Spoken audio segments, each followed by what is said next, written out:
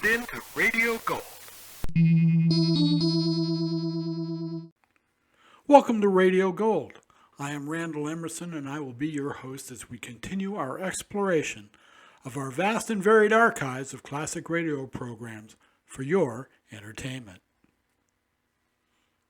Dimension X was the first sci-fi anthology series to utilize published stories from established science fiction authors, which gave the series an instant status of credibility to fans of the genre.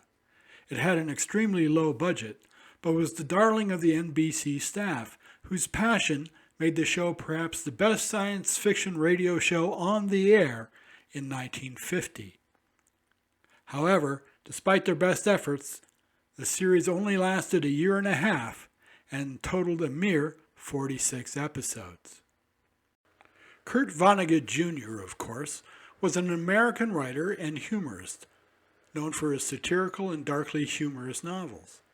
In a career spanning over 50 years, he published 14 novels, 3 short story collections, 5 plays, and 5 nonfiction works.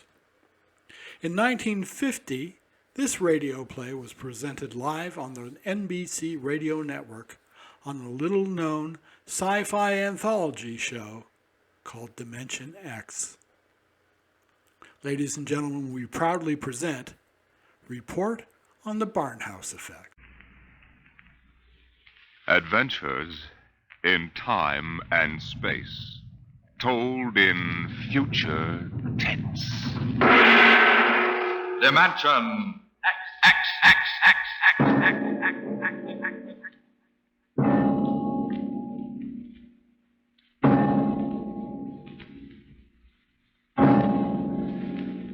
The mind of man is still an unprobed field. Within it lie many mysteries still unsolved. But there are men today, psychologists now experimenting with telepathy, hypnosis, thought transference, who believe that in the future we may discover the existence of a force of the mind, more powerful than any force the world has ever known. We go ahead now in time some 10 years, and in space to the campus of a small eastern college.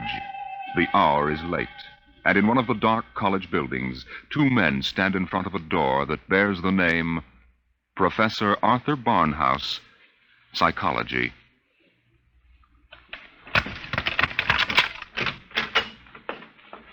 Well, here you are, Clinton. Thank you, Major. Here are the keys to the professor's desk and files. I guess you inherit everything now. You might as well dictate a full report while everything's still fresh in your mind. I'll wait and see you home. Oh, no, that isn't necessary. I'll be all right. You sure? After what's happened tonight, we wouldn't want you to have an accident, too. Major, after what happened tonight, I have a hunch the whole world is ripe for an accident. I'm afraid you're right, Clinton. Well, good night. Good night. Oh, pull yourself together, Buster. Easy does it. August 21st, 1960. Restricted report from George Clinton to the Secretary of Defense, Secretary of State, the FBI, National Security Board, etc., etc., etc. Subject, the so-called Barnhouse effect, and Professor Arthur Barnhouse, who discovered it. I first met the professor 2 years ago in the fall of 1958. He was a professor of psychology here at Wilton College, and I was here on an instructor's fellowship in the psych department. They assigned me to be Barnhouse's assistant, and he needed one. He hardly ever remembered to go to a class, and he didn't seem to do anything else either. For 3 months, I watched him sitting at the desk here in his study. He'd either stare at nothing for hours or fall asleep, nodding over his mess of papers. I couldn't understand it, and it was none of my business. But one day, I thought I'd better give him a shake. What? What? I said it's 2:15, Professor. Don't you want to go to your 2 o'clock class? Don't you want to mind your own business? I beg your pardon. Sorry, Clinton. Forgive me. I don't know what gets into me. Forget the class. The kids would rather be outdoors anyway. Okay, Professor. In that case, I'm sorry I woke you up. It's all right. I just can't seem to get my sleeping done at night. Clinton, what do you know about the international situation? Well, I'm no political scientist, if that's what you mean. I read the papers when I have time. Well, that's the way I've always been. Lately, I've had to look into it. I stay up nights looking into it. Professor, I don't want you to take this personally or anything, but... Well, sir, I wonder if you'd mind if I asked to be transferred. You mean you'd rather work with somebody else in the department? Oh, no, sir. No, sir, it's not that. I think maybe there's a chance for a psychologist to work on that government project. Government project? Oh, yes, that army thing. Yes, sir. They're trying to develop robot pilots for the new fighter rockets so they'll be expendable. Oh, yes. Something else designed to replace men. Yes, sir. And you know, it's a funny thing. The robots work just like human brains. They get overworked or overloaded at something, and they have nervous breakdowns. Now, if I could only find out what drives those electronic brains crazy, why, I'd feel Clinton, that I was...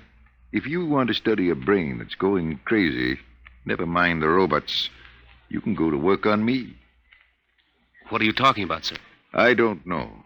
I'm either crazy as a bedbug or a... Clinton, I wish you'd help me find out. Are you serious, Professor? I never was more serious in my life. I'm afraid I'm going out of my mind. But why? What makes you think so? This is what makes me think I'm crazy. Those dice? Clinton, do you know what the odds are against my rolling a 7? Oh, about 5 or 6 to 1. Watch. 7. Now, what are the odds against my rolling it again? Twice in a row? Plenty. About 100 to 1, I'd say. Watch. Professor, you're hotter than a $2 pistol. It's funny. That's what they said 8 years ago when I first discovered this. Discovered what? This force of the mind. I call it dynamo-psychism. You mean you shove those dice around just by thinking about it? People have always thought there could be a force of the mind. You know that. Fortunately or unfortunately, I've learned to control it. Yeah? How did you happen to find out about this, Professor? Well, it was about 10 years ago, back in 1948. I made the mistake of going to a psychologist's convention, and in order not to appear unsocial, I happened to find myself, for the first and only time in my life, in a dice game. What happened? I didn't have the faintest idea what was expected of me, and someone told me to roll 7s. So I did. 10 of them. I'll bet you weren't asked back into that game. That night, in my room, I realized that it simply couldn't have been an accident, Clinton. I tried to reconstruct the exact scene, the position of my body, and finally, the thoughts in my mind. And that was what did it. I remembered what had been my train of thought, and I proceeded to roll 7s, not 10 consecutive times, but 50. Oh, brother, there it is again. Professor, can you do anything else? I mean, besides shove dice around? You see that inkwell on my desk? Sure. Watch it. Don't take your eyes off it. If nothing happens, say so, and I shall go quietly, even happily, to the nearest sanitarium. Okay, Professor, shoot. Hey, why, it just blew up. Yes, I'm sorry. I didn't mean to splash ink on your suit. That's okay, Professor. What was that funny noise? Oh, that? The dynamo psychic waves are a little like ultra-high frequency waves. Sometimes, when I turn on the power, they create a kind of static. Listen, Professor, how much power have you got? Could you blow up anything, well, you know, big? I could flatten the Great Wall of China. Boy, you'll make the helio-oxygen bomb look sick. That's what scares me, Clinton. The thought that maybe I could use this power to save the world. Clinton, you've got to help me. Who, me? Professor, when it comes to international relations, I don't know from where. You'd better get in touch with the State Department. State Department? Yes, they'd be the ones, wouldn't they? Well, you probably want to be getting home now. I'll see you to the door. I could use a breath of fresh air. Okay, Professor. You better stop brooding about this. You get somebody else to do your worrying for you. Yes, you're right. I have been brooding, wondering what to do. Just sitting and staring endlessly at that awful monstrosity across the way. You mean the old bell tower? Yes, I've gotten so I can't stand the sight of it anymore. Professor! Professor, look! What? Why, there's nothing left but a pile of rubble. Oh, my, I didn't really mean to do that. Well, you see, Clinton, it's got to the point where my lightest whim is more dangerous than a blockbuster. Professor, you get in and write that letter to the State Department right now. You packed too much of a wallop.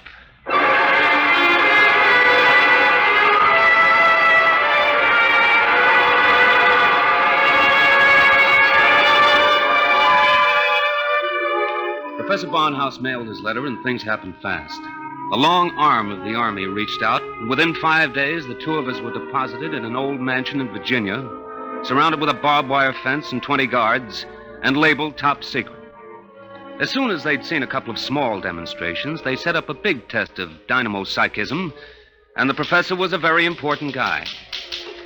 You could see him getting more unhappy every day. General Barker, I've got to talk to you. Just a minute, Professor. We're cleaning up the last details in Operation Brainwave. We'll roll at 1400 hours tomorrow. At 1400 what? 2 o'clock tomorrow afternoon. The robot-controlled fighter rockets will take off at exactly 1400 minus 10 and appear over the target at 1400. Watching from here over the video screen, you will then try to knock all 20 of them out of the sky. Think you can do it? Of course I can do it. Fine.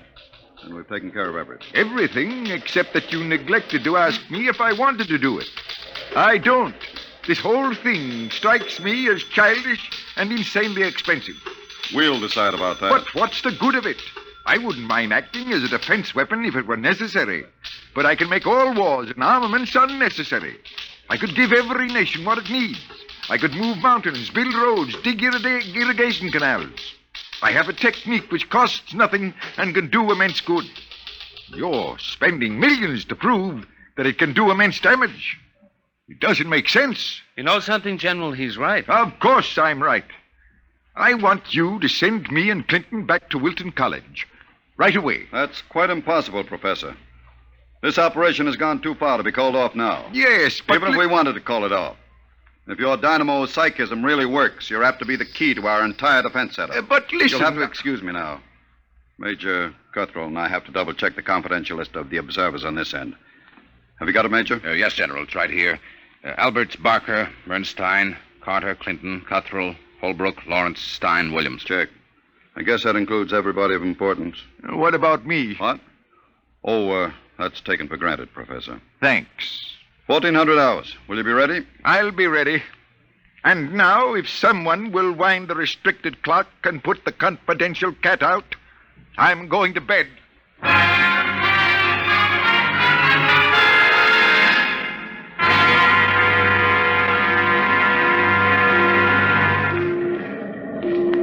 YDR to brainwave control.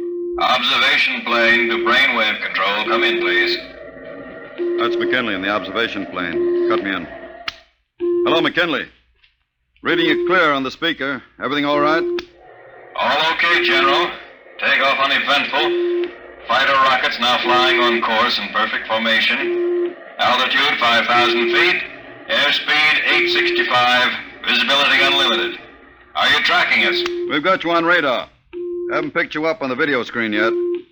What's your estimated time of arrival over at the target? ETA, 2 minutes. Check. Remember, McKinley, the observation plane is not to enter the target range. Veer off and circle at the 10-mile limit. Bring the rockets overhead by remote control. Check. Observation signing off. 1 minute, 45 seconds to go, Professor Barnhouse. Are you in good shape? I'm all right, General. Good. We can all take our places in front of the video screen now. You sit here, Professor, in the center. Major Cuthrell, will you turn on the video screen? Right, General. Nothing yet, just empty sky. Hold it. I hear him coming in. There are 20 of them, Professor. You think you can knock them down at this altitude? Distance has nothing to do with it. I don't want anything to go wrong. You're sure you feel all right? General, I know I can do it. If that's all that's worrying you, let's call the whole thing off and save $20 million. There they are. They're coming in. Get ready, Professor. 10 seconds. 9, 8, 7, 6, 5, 4, 3, 2, 1. Now, wide open, Professor. Well, go ahead, Barnhouse. Knock them down. I did. Nonsense. All you've done is blank out the video screen. What went wrong? Did you give it everything you had? I was wide open, General. Then it didn't work. They're still flying. What's that? It just took a few seconds to work. That's it. Holy smoke, they're dropping like flies. McKinley to brainwave control. What's happened to these rockets? They're going down like flame. By heaven, it works. It really works. Cuthrell, get Washington on the line. Barnhouse, I want you to... Hey, where's Barnhouse? He was right here. Clinton, where's the professor? Got me, General. We were all staring at the video. He must have walked out. Get moving, everybody. Alert the guard. Search the house. Yes, sir. If anything happens to that man... Gerald Parker. What is it, Corporal? Corporal Gray guard at the main gate. Sir Professor Barnhouse is gone. Gone, where? He came tearing out of the gate at 40 miles an hour. Here's a note, sir. Threw it out of the car as he went by. I picked it up. Let me see it, quick. What got into that man? What does he say, General? Gentlemen, as the first superweapon with a conscience, I'm removing myself from your national defense stockpile.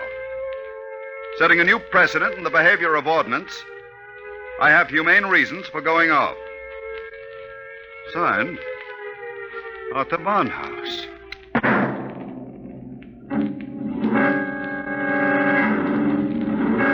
Barnhouse was gone, and within 12 hours the world was on a spree. The headlines were glorious or terrible, depending on what you think of the things the way they are. Barnhouse flattens helio bomb factory! The dynamo psychic waves reached every corner of the world. In every country, every continent flashed the news of what was happening. Hey, Barnhouse knocks out hidden atomic stockpile in Asia! There was a new kind of war, the war of tattletales. Secret agents of every country hunted for the hidden armaments of their enemies, yelled about them in the newspapers, and immediately there'd be that warning burst of Barnhouse static, followed by... Radio-controlled fleet blown up on secret maneuver! The professor was out to make peace or bust, and nothing like him ever was.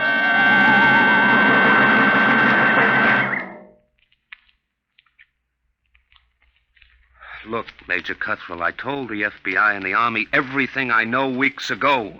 I've answered questions till I'm blue in the face. I didn't come here to ask questions, Clinton. I came to ask for your help. My help? That's right. To find Barnhouse. What if I don't want to? If you're his friend, I think you'd better. Why pick on me? You've got the FBI, the police, and Army intelligence. Why can't you find him yourselves? We're trying. But you know the man well. You could spot him where we wouldn't. And you're the only one who can. Maybe. But why should I?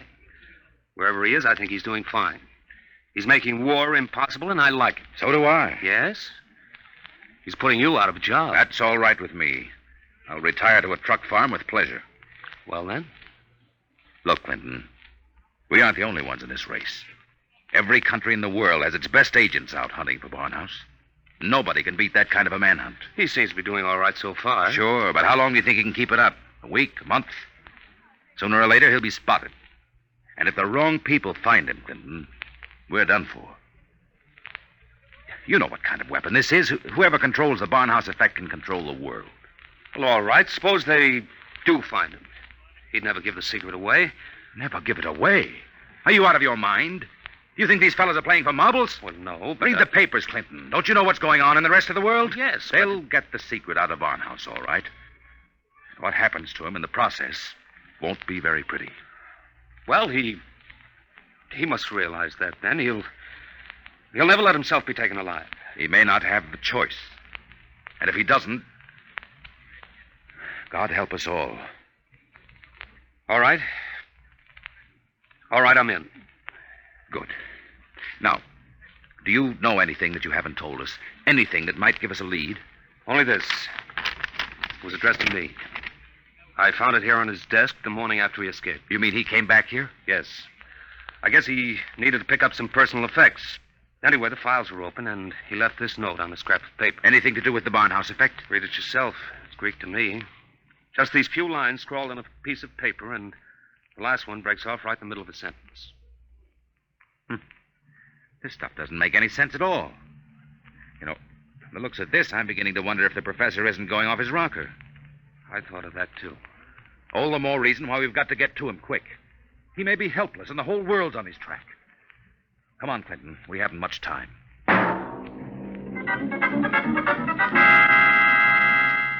You say you do recognize this photograph, Mrs. Reardon? I tell you, it looks like Mr. Balfour's.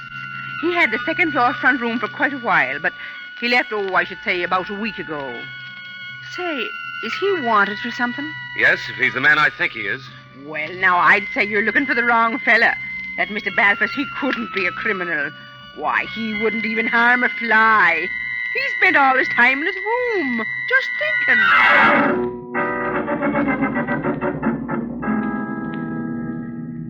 Brother, it's hot. What a way to spend an August afternoon, huh, Major? Give my eye teeth to be at Jones Beach. So would I, Corporal. We've got work to do here. Look, so we've been cruising around these radio detection cars for a week. Not a sign of Barnhouse static. The professor must have run out of things to work on. Well, we'll give him a little more time. Switch to shortwave. See if there's anything special coming through. Yes. Try the 9-meter wave. Radio Miranda called. Let's hear that.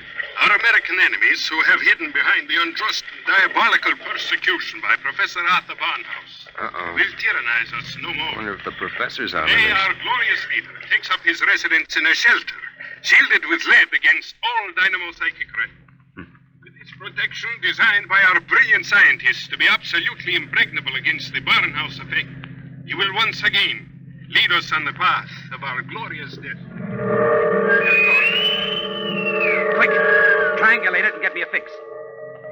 I've got it. Let me check this chart. Quick, man. 3.9, 1.7. Oh, my aching back. What is it? We haven't got a prayer of finding a major. He'd have to be picked out of 2 million people. Where is Barnhouse? Right where I was wishing I was. Right smack in the middle of Jones Beach.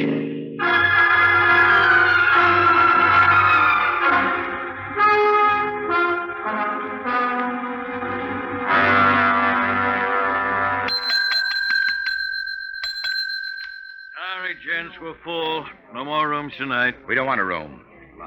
Do you recognize this picture? Who wants to know? Uncle wants to know. Oh, excuse me. I'm sorry. Let me see it. Yeah, it looks a lot like room 417. About 5 feet 8, thin, sandy hair, glasses, little scar right across the bridge of his nose. Yeah, that's 417, all right. You mean he's here now? No, not anymore. He checked out 2 days ago. But he couldn't have gone far. What makes you say that? Oh, he looked sick as a dog. Couldn't hardly carry his own bag out. Uh-oh. Like I said to the other fellas, I said he looked like he was on his way to the morgue. What other fellas? Oh, the ones this morning. You're the second pair that's been asking for him.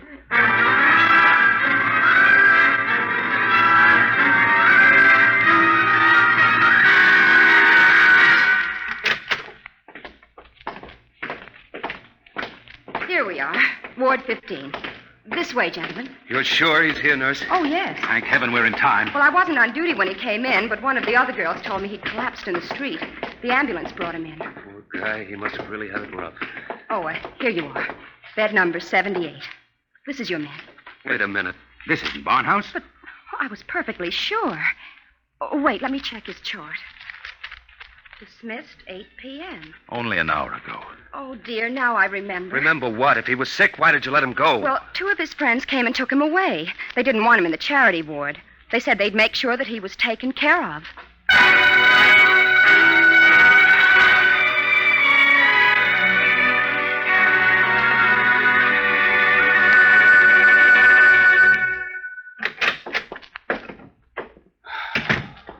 Every time I walk into this study, I keep hoping somehow I'll wake up out of a bad dream and find the professor just sitting here. Major, is there anything we haven't covered? Nothing.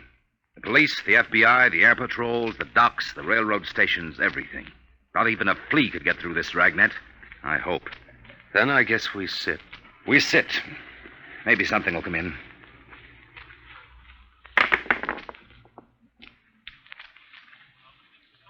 Do you have to roll those dice? I'm sorry.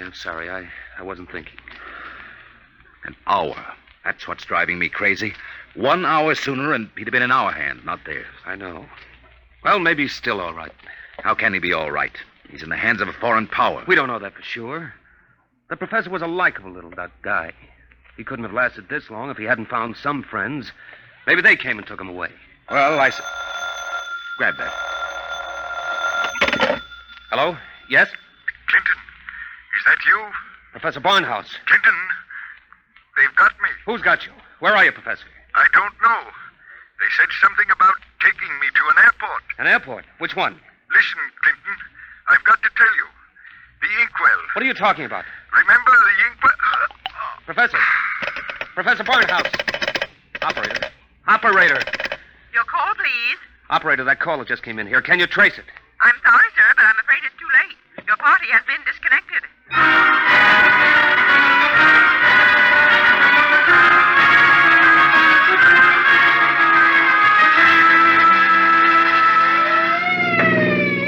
Where are we headed? He didn't say which airport. Just a hunch. The commercial airfields are all covered. But there's a little private field out here, I remember. Hasn't been used in years. Better be the one. They didn't have too much of a start on us. Maybe we'll make it in time. Step on it, Corporal. Wide open, Major. How'd he sound? Did he say who had him? No, all he got out was airport and something about an Major, Mr. Clinton, there's a tail light up ahead. Must be another car going like the devil. You're right, I see it. They're turning into the airfield. Come on, faster. Hold everything. Look up ahead. They're switching the floodlights on at the field. There's the plane down at the other end, all warmed up and ready to go. We'll never make it on the road. Hang on, I'm going through the fence, right?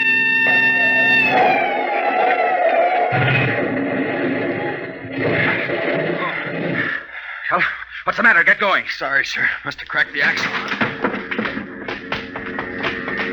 They're taking off. Get out the submachine gun. You can't. Barnhouse is in that plane. You'll kill him. We've got to take that chance. That plane's headed straight for us. Hit the dirt. Get that gun working, Corporal. Aim for the propeller.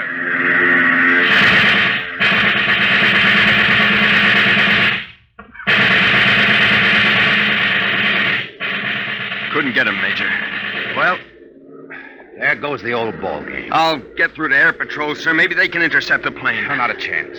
By the time the fighters got off the ground, the plane would be out of range. No, we've lost, Barnhouse. Nothing can save us now. Hey, what?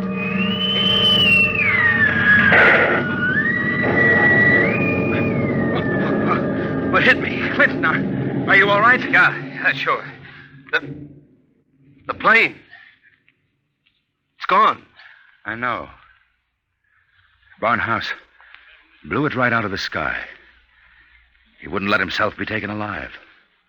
Boy, he really did it the hard way. Poor guy. He shouldn't have had to be a hero. All he ever wanted was peace. Peace? What's that? Now the arms race will start all over again. And with Barnhouse gone, what's left to stop it?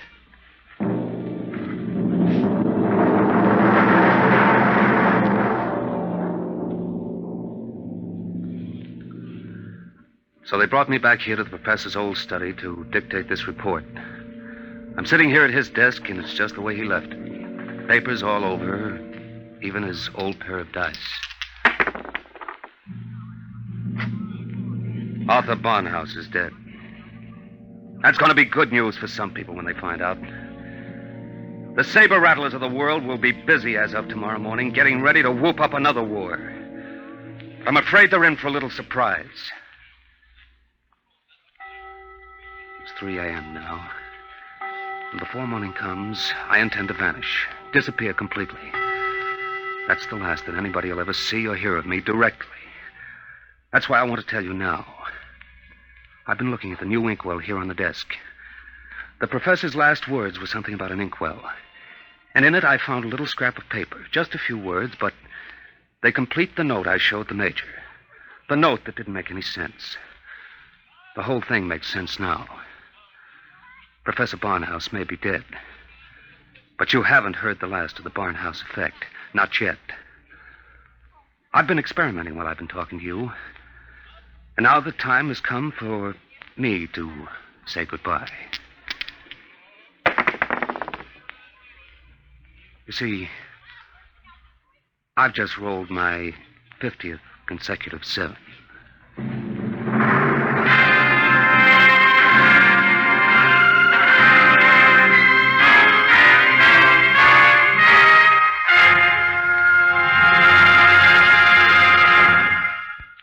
have just heard Report on the Barnhouse Effect by Kurt Vonnegut Jr. An adventure in time, space, and the unknown. Dimension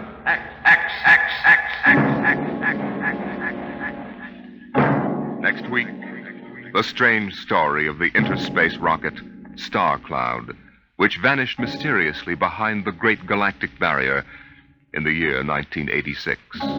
What happened to it and to its crew? We'll tell you next week.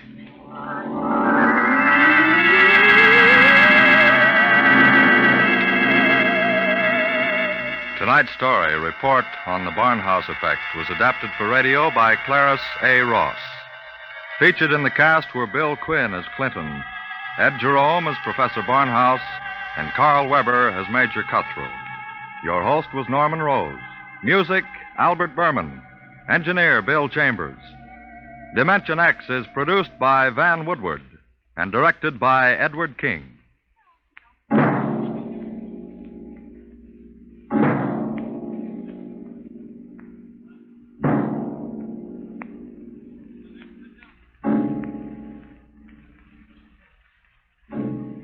Tomorrow, hear Sam Spade. Now, it's Truth or Consequences on NBC.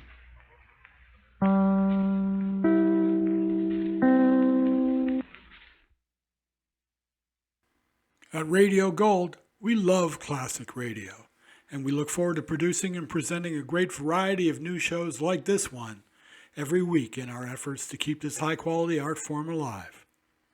If you like what we do, please like the video, subscribe, and click the bell to be notified whenever a new show drops. Thank you kindly for your support. Radio Gold is a 3 9s fine radio production. See you next time.